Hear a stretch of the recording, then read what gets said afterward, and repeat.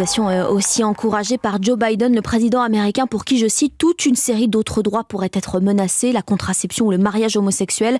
Joe Biden en a profité pour défendre le camp démocrate à l'approche des élections législatives à l'automne. Le président américain à l'offensive aussi sur la guerre contre la Russie. Oui, hier, Joe Biden a demandé au Congrès de débloquer rapidement l'enveloppe colossale dédiée à l'armement de l'Ukraine, 33 milliards de dollars.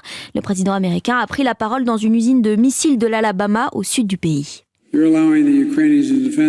Vous permettez aux Ukrainiens de se défendre et très franchement, ils ridiculisent l'armée russe dans de nombreux cas.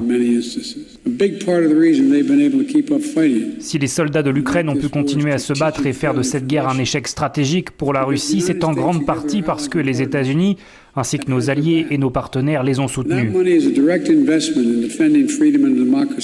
Cet argent est un investissement direct dans la défense de la liberté et de la démocratie.